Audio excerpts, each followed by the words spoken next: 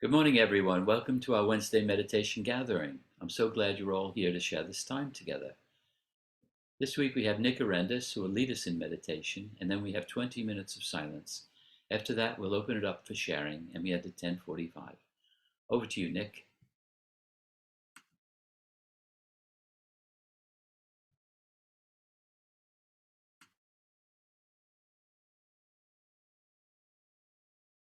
Okay, can you hear me okay? Perfect, awesome. Okay, so what we're going to do is that to lead you with this particular, call it meditation or so, which we are going to use another term in a minute. I'm going to read a little from A Course in Miracles, especially from the Holy Instant, because that's what we're going to be actually, let's say, experiencing it. We don't want to turn this into a mind thing. It's not about intellectual thing. It's about the recognition of what we are always, except when the mind gets in the way, so to speak. And we're going to be, throughout the meditation, I'll lead you through that. So let's begin with from A Course in Miracles, chapter 15, where it says, can you imagine what it means to have no cares, no worries, no anxieties, but merely to be perfectly calm and quiet all the time? Yet that is what time is for, to learn just that and nothing else. Then from chapter 9, accept only the function of healing in time, because that is what time is for. And from chapter 1, each day should be devoted to miracles.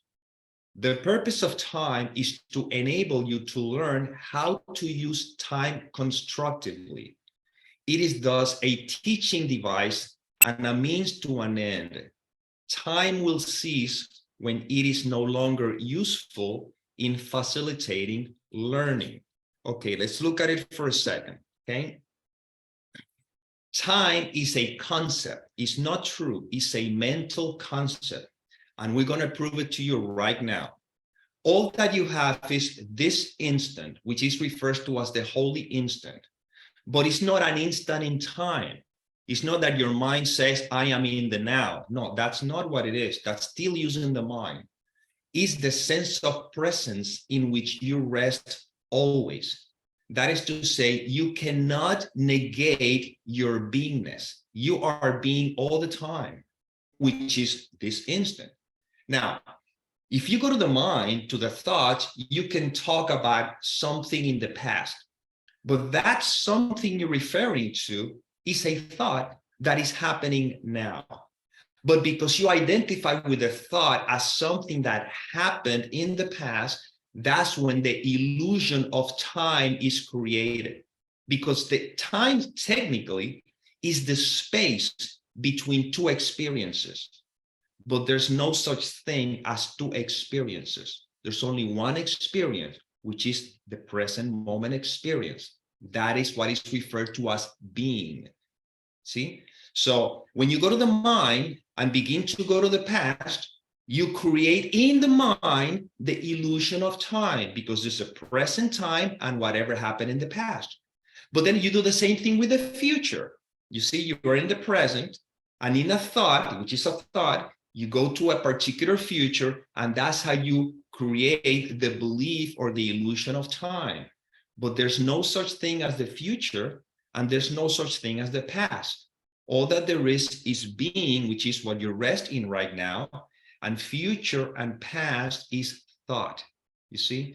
And what we're doing now is that we are just, we're going to use this time, quote unquote, on every experience or whatever, to remember that we are being, we are beingness. And that's the way we're going to live, quote unquote, or have the experience of being, while it seems that we are in a body, as it seems that we are a person, but in reality, we simply are. And that's why A Course in Miracles clearly state that, and that which we are, you can call it God, we can call it love, we can call it whatever you want, but whatever the name you call it, it's a distraction. That's why A Course in Miracles states from the very beginning, the Course does not aim to teaching the meaning of love for that is beyond what can be taught. It does aim, however, at removing the blocks to the awareness of love's presence, which is our natural inheritance. What are the blocks? They're not the thoughts. The thoughts are not the block. It's our interpretation of them. It's the meaning we project onto anything. So what we're going to do in this meditation, we're going to be. That's why the reason why I don't like to use the word meditation, which is nothing wrong with it, is because what happens is mostly the term meditation is associated with controlling thoughts, controlling the mind.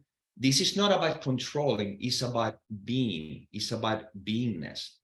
So having said that, let's get into this particular experience. What we're going to do, notice that I'm talking about getting into an experience. That's what is also, it's deceiving, because who would be the one having the experience? You are the experience, but not you as a person. I'm not talking from person to person. See, this is the trap. This is just what is. But within the limitation of language, we're going to do the best we can. So now we begin the meditation, or the experience, or the contemplation. I don't even know, whatever you want to call it. So what I invite you is to take a deep breath, close.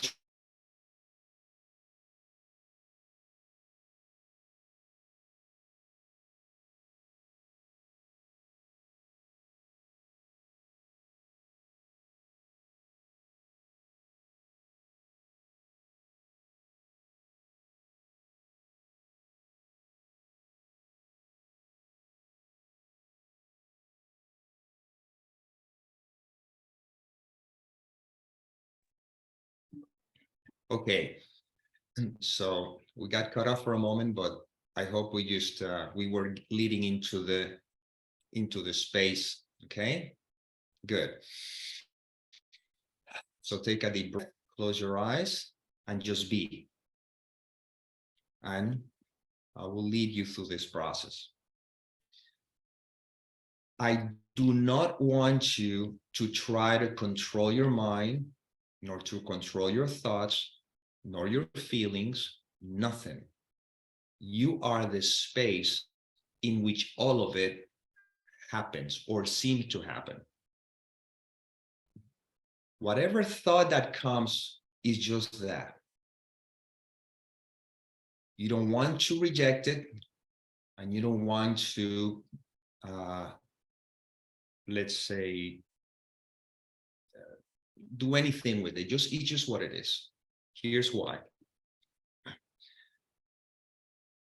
Being, which is what you are always, is not a temporary state. You are always being, because the sense of being is all there is. And you are always being. When thought comes in, if I find myself judging the thought as good or as bad, if I judge them as bad, now I want to reject them. And that generates suffering. You see? But if, on the other hand, I judge them as good, now I desire them. And that generates attachment. And both of them are distractions to the beingness, which is what I am, what you are, which is what is, that rejects nothing and desires nothing. That's the holy instant. And that is the experience that you're having right now, all the time. You see? And that's the invitation. And that's what the Course constantly invites us to, that space, by simply letting go of our judgments, meaning that silence is not the absence of thoughts, is not the absence of noise, is the absence of judgment. And what the Course is inviting us is to look, not to judge. It's that simple. Whatever thoughts you have, that's what it is. Whatever feelings you're having, that's what it is. Because these feelings and these thoughts are not your thoughts and are not your feelings. They're just feelings, they're thoughts that happens in you. But the you I'm talking about is not the person who thinks that you are with your eyes closed listening to my words. That's not who you are. Who you are is beingness all the time. And the only problem is that in that state of beingness, which is what you are all the time, the moment you identify with your thoughts, with the mind, the beingness that you are seems to be overshadowed. You see? And the moment you go into the mind, there's no way out, because the mind cannot give an answer, because the mind is the obstacle itself. That's why it's very simple. You see? You are being all the time, with and without thoughts, with and without feelings. It doesn't matter what is or seems to be happening, quote unquote, outside, nor even inside. There is no outside, there's no inside. There is beingness, just what is. This is the invitation. And this is not something that you have to do. That's why I don't want to call this a meditation, because then it becomes something that you do. Meditation is not something that you do in order to obtain or achieve or acquire anything. Meditation is your state of beingness always. From the moment seems like you open your eyes in the morning to the moment where it seems like you close your eyes and go to sleep. Life is a meditation when there is no judgment. See how simple it is? So what I'm going to do now is I'm going to invite you, while you are in this space, not controlling thoughts, not judging the thoughts, just being, I'm going to invite you to open your eyes and look around with that same state of mind that I'm referring to. So open your eyes and look around, okay? Just look around. Don't start judging, that's a chair, that's a window, this. No, just simply look around, and I'm going to go through the first 3 lessons of the course, which is exactly the whole course from beginning to end. Lesson number 1, nothing I see in this room means anything. You see? You're still seeing, or it seems like you're seeing, but there's nothing means anything. So even if you see something that you would have thought, oh, this is a mess. No, it is what it is, okay? Lesson number 2, I have given everything I see all the meaning that it has for me. Why? Because it means that everything I give meaning according to my conditioning, to what I've learned, to what I think is right, to what I think is wrong. But how about if I just let things be? You see? Then everything is as it's supposed to be, no problem. Lesson number 3, I do not understand anything I see in this room. And let's look at the first one of the paragraph in that lesson. The point of this exercise is to help you clear your mind of all past associations to see things exactly as they appear to you now, and to realize how little you really understand about them. Get it? Now you can close your eyes again if you want to and go back to the space. You see, with your eyes open and with your eyes closed makes no difference. You don't have to have your eyes closed to be, you see?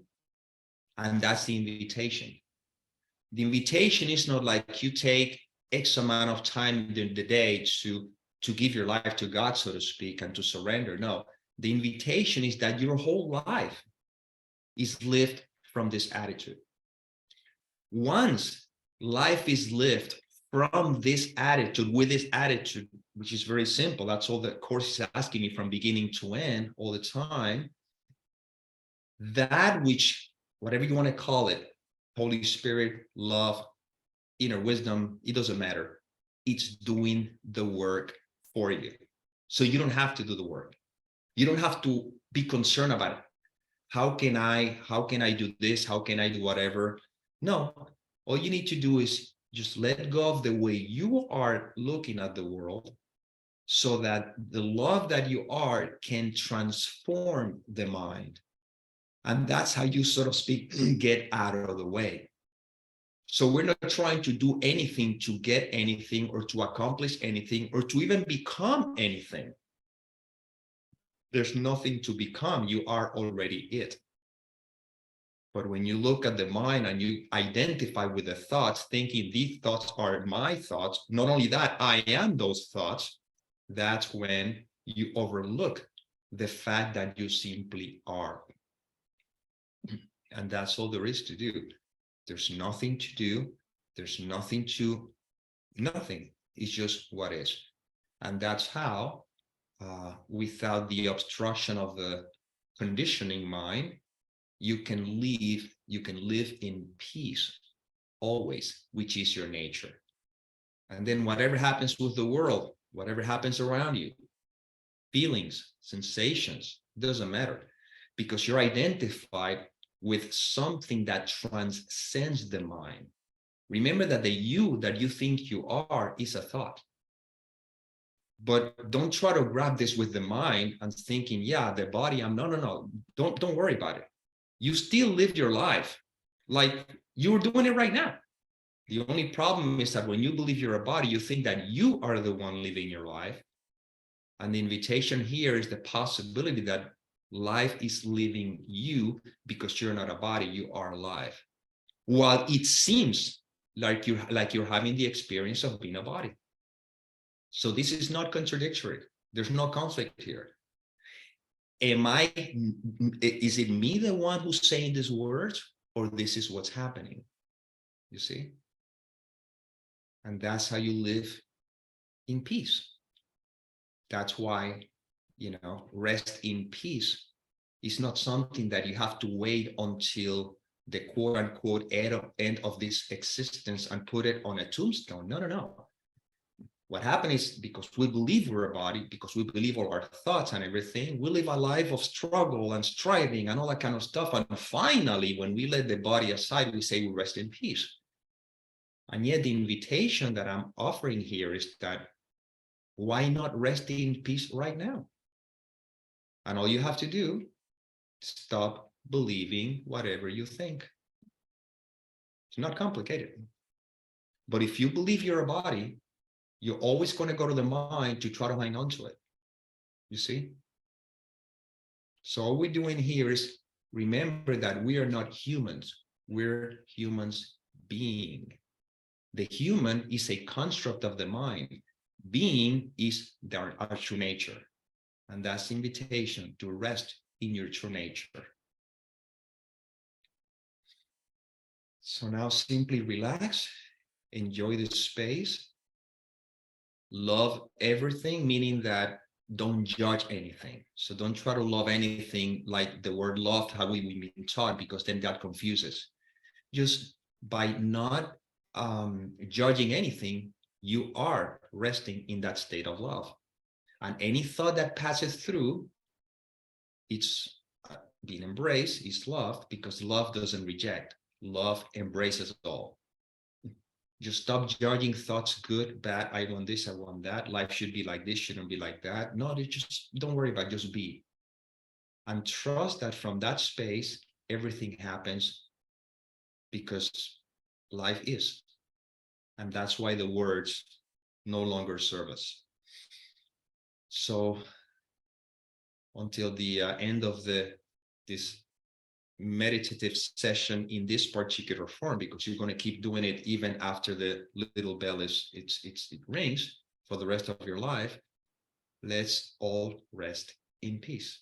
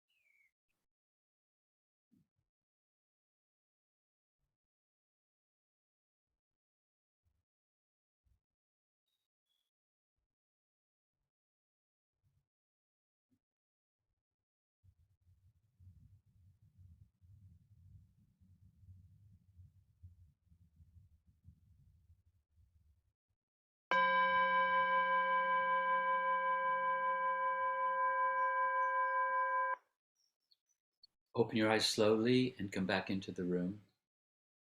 We have 18 minutes left for sharing your reflections and your questions.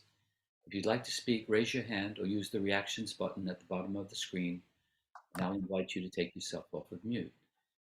If you'd like to ask Nick a question or a comment with confidentiality, put your message in the chat function at the bottom of the screen, and I'll read it out.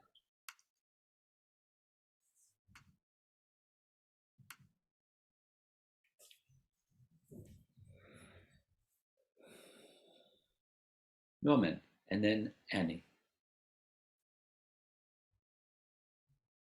Thank you very much indeed, Andrea.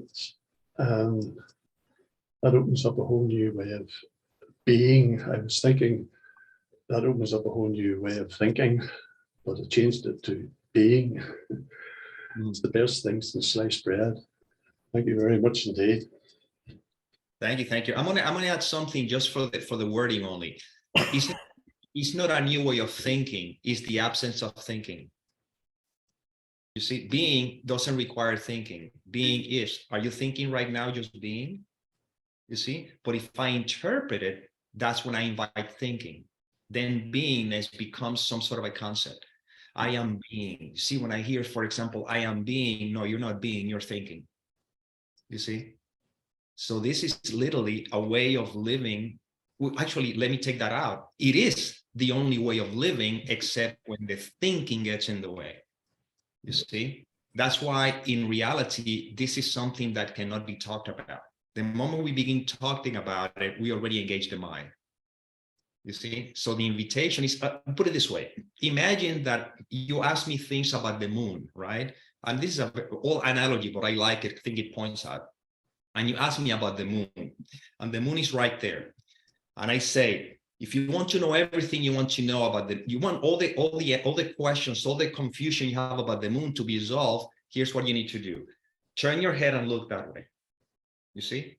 That's all you have to do.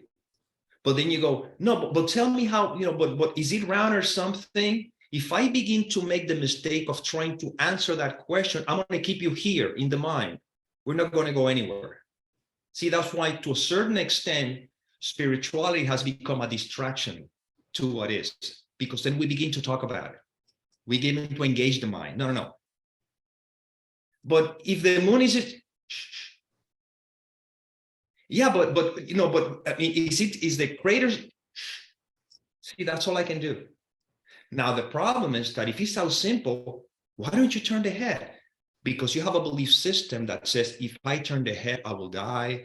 Something's going to happen. You see, all this stuff is what we have to let go of. That's why, in the end, what A Course in Miracles and any teaching that points toward truth goes back to silence. That's why, let me read you a couple of quotes from the Course, for example. Forgiveness. Forgiveness, on the other hand, is still and quietly does nothing. It offends no aspect of reality, nor seeks to twist it to appearances it likes. It merely looks and waits and judges not. That's from, now let's go for chapter 31.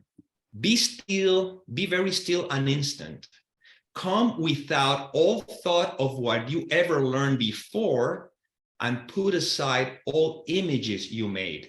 The old will fall away before the new without your opposition or intent. You see the fall, it'll fall away. You don't have to do anything. And finally, from chapter 28, the miracle comes quietly into the mind that stops an instant and it is still, you see?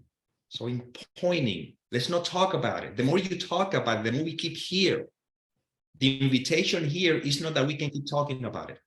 You see, once you get it, once it just settles, close the book. You don't have to read it again. You got it. Now just be, you see? Thank you very much. You're welcome. Annie, would you like to share? Hi, Nick. Hi. That's a very wonderful experience. Thank you very much. But I do have a question for you. Sure. In the Course, it says the one use of right judgment is the one use of right judgment Yes. is your feelings. How do you feel? And you're saying, ignore your feelings. But it also goes on and it says, in terms of the one use of right judgment, and this is for people, we're all here, we're learning. And I think it's very helpful to use your feelings. And it also says, later on within that section, it says, if you're feeling depressed or down, it need not be. You can take that feeling of depression or lack of joy and say to myself, okay, I have a choice in how I feel. And using your feelings as a right judgment is very helpful. And I wondered how you integrate it with what you just told us before. Okay, it's very simple. There's a couple of things you need to remember. At the beginning, of course, we believe we are this body, but we are not the one who believe we're this body. The mind that is dreaming the dream belief is this body. So obviously, it seems like the course is talking to you, but it's not really talking to you, to the mind. It's talking to the mind that is dreaming you. So you see, that's the one who's making the judgments. That's the one who makes the judgment of believing that is separate from itself. Okay. Now, when you talk about judgment, for example, going back to what we're referring to the question, a feeling is a feeling, right? The judgments of the mind is giving it a name and assuming that the feeling is happening to me. Okay, but there's another judgment, which is the judgment of the Holy Spirit, right? How can you allow the Holy Spirit to judge righteously? How can you do that? I'm asking you, how can you do that? Go quiet, listen. Okay, exactly. I'm going to read a quote from the course. Okay. But my feelings help me to remember that I have a choice. Yes, but when you're talking about my feelings, you're referring to you as a person. I am a person. I am a separate thought. I have feelings and my feelings, and that's how you stay in the mind. See? So let's go back. Let's let the course gives you a suggestion. Okay. From chapter 14. When your peace is threatened or disturbed in any way, say to yourself, I do not know what anything, meaning your feelings including, I do not know what anything, including this means. And so I do not know how to respond to it. And I will not use my own past learning, meaning my judgment, as the light to guide me now. By this refusal to attempt to teach yourself what you do not know, the guide, capital letters, whom God has given you will speak to you. He will take his rightful place in your awareness the instant you abandon it and offer it to him. Which another quote that I love to use from chapter 4 is, if you're willing to renounce to the role of guardian of your thought system, meaning if you're willing to know that you know nothing, okay, and open it to me, I will correct it very gently and lead you back to God. So your question, the problem with that question is that you're still asking him, assuming that we're talking about you, my feelings, my thoughts, and that, you see, but in reality, feelings is what happens. Thoughts is what happened. And if you're willing to open yourself to, this is what is, that's all that the course is asking you to do, nothing else. And then the correction can happen through you. Does that make sense? I think that's wonderful, and it makes absolute sense. But I also think we're very flawed, and I do think that maybe it's a step towards what you're talking about. I think it's a fairly okay for me. I'm talking about me. For me to go into this space that you're talking about, I find it very helpful. In order to get there, if we're not feeling joyful, something has gone wrong. Yeah. Okay. There's a little detail here. You're still talking about you. No. You're confusing the use. When you said the me, I'm sorry, what's your name? I am sorry, just to remember Annie, your name. Annie. You're talking to, you're thinking in terms of me, Annie. And because you think you're Annie, you think you're somewhere else. And then at me, in order for me to get from here to wherever it is, it really makes no sense because you are already in the place. It's like when you're having a dream and dreaming a dream. If you're identified with the character in the dream, you say, when I wake up and get back to bed, but you never left the bed. No, I entirely accept that, Nick. What I'm actually trying to say is, obviously, to be in awareness is where we all want to be all the time. And I totally agree with what you're saying, that in your every moment, that's how you want to be. Okay. We are in these, it's okay. difficult to let go of these. And I just find it a helpful tool to use feelings to say I wake up in the morning and I'm not feeling like this morning I woke up very sad. For whatever reason, I woke up sad. But by saying to myself, okay, Holy Spirit, I have a choice to feel sad or to feel joyful. Please, Holy Spirit, I give over you my sad feelings because they're not real. I hand them over, and then I can feel more joyful. Yes, okay. Yeah, I'm saying it's Annie and whatever, but I'm also saying I need help, please. Okay, that's the mind. That's a trap. Let me tell you the reason why. You have taken the term joy and made it into a concept, into a transitory state.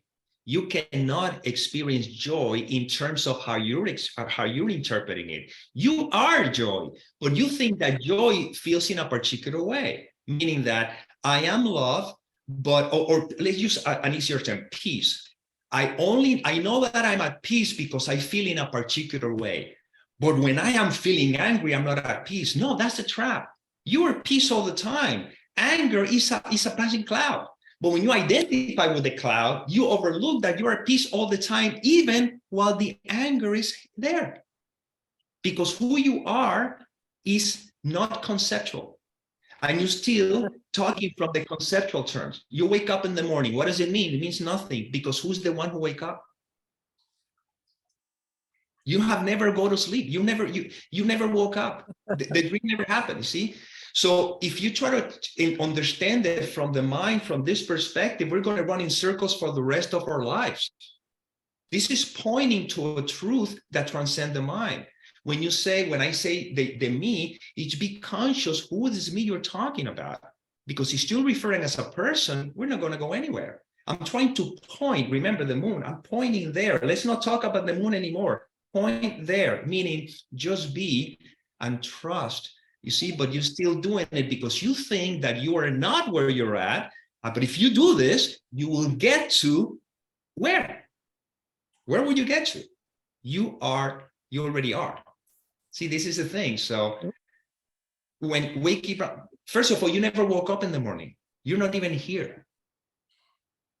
You see, that's why the mind cannot trap this. I mean, the Course, I can read it from the Course in Miracles beautifully, because he says that all the time, when he tells you that that you're not even, let me see if I can find it in here. Oh my God, if I find it in less than 30 seconds. Okay, look. The instant the idea of separation entered the mind of God's Son, in that same instant was God's answer given. In time, this happened very long ago. In reality, it never happened at all. And let me give you another one. The ego will demand, meaning the mind, okay? The ego will demand many answers that this Course does not give. It does not recognize as questions the mere form of a question to which an answer is impossible.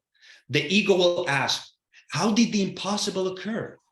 To what did the impossible occur? And may ask this in many forms, and yet there is no answer. Only an experience. That's what I'm pointing to. When you have the experience, you and I don't have to talk anymore, because it's clear. And the Course continues, seek only this and do not let theology delay you. And I leave you with one more from chapter 17. Within the world, the answers merely raise another question, though they leave the first unanswered. In the holy instant, You can bring the question to the answer and receive the answer that was made for you. So in reality, I'm trying to point towards that which you are already, you see? So there's no, again, it's non-duality, you see? This is something that the more you listen to it, hopefully maybe something clicks, you see? And that awakening is not something that happens to you. Because if it were to happen to you, it wouldn't be an awakening, it will be another experience. You see what I'm saying? That's why one of the most confusing, and I see it all the time, because again, this confusion in levels, it happens, is when, for example, when you look at in chapter 21, this is very typical confusion. In the chapter 21, there says, this is the only thing that you need to do for vision, happiness, release from pain, and the complete escape from sin, all to be given you. Say only this, but mean it with no reservation, for here the power of salvation lies. And this is a quote. I am responsible for what I see. I choose the feelings I experience, and I decide upon the goal I would achieve. And everything that seems to happen to me, I ask for and receive as I have asked. So of course, immediately the ego brings to me, oh, so I am the one to choose. So if I choose the feelings, no, you don't choose anything. The mind that is dreaming you has chosen everything. So the course is telling to that mind, hey, this dream is your creation, you see? But the ego thought system, meaning the mind identified with you, engaged in this sort of like, so see, question and answer. I'm trying to take you out of there. I said, forget about it. You just be. That's how you get the mind out of the way. And that's how the Holy Spirit, and the Holy Spirit is also an illusion. You see, that's the trap. That's a trap with the language.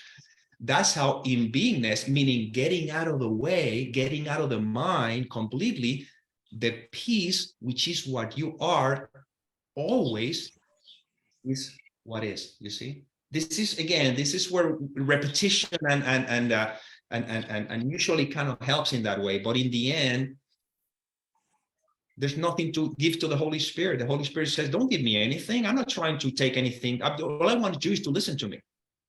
So you know that you're not that which you think you are. You see? This is where it points to. You see what I'm getting at? It's subtle, but in the end, you realize, oh my God, this is simple. Jesus Christ, I had to do nothing. Just being, like right now, being, that's all there is to it. Thoughts happen, feelings happen. Don't label it depression, don't label it anger, don't label it fear, just be. And everything is happening within what you are, which is love. See? And now the feelings are just that. That's it. I don't know if it makes any sense, but I mean, that's what I'm trying to point to always, I don't give the mind a chance. I don't give it a chance. I just say, yeah, great, nice story. Okay, let's go back to what you are. And this is what you are right now. You cannot be. Take all the labels of the feelings and everything, and you are being, no matter, you are love no matter what. Even in the middle of a rage, you still love. You see? Goodness, thank you. Okay, we've come to the end of our time together. Thank you, Nick. That was wonderful. Take yourself off mute and show your appreciation. Thank you, Nick. That was brilliant. Muchas gracias, Nick. Muchas gracias. Really get it. Thank you, Nick. Thanks. Thank you. Precioso. Adiós. Gratitude. Thank you. Great, as usual. Thank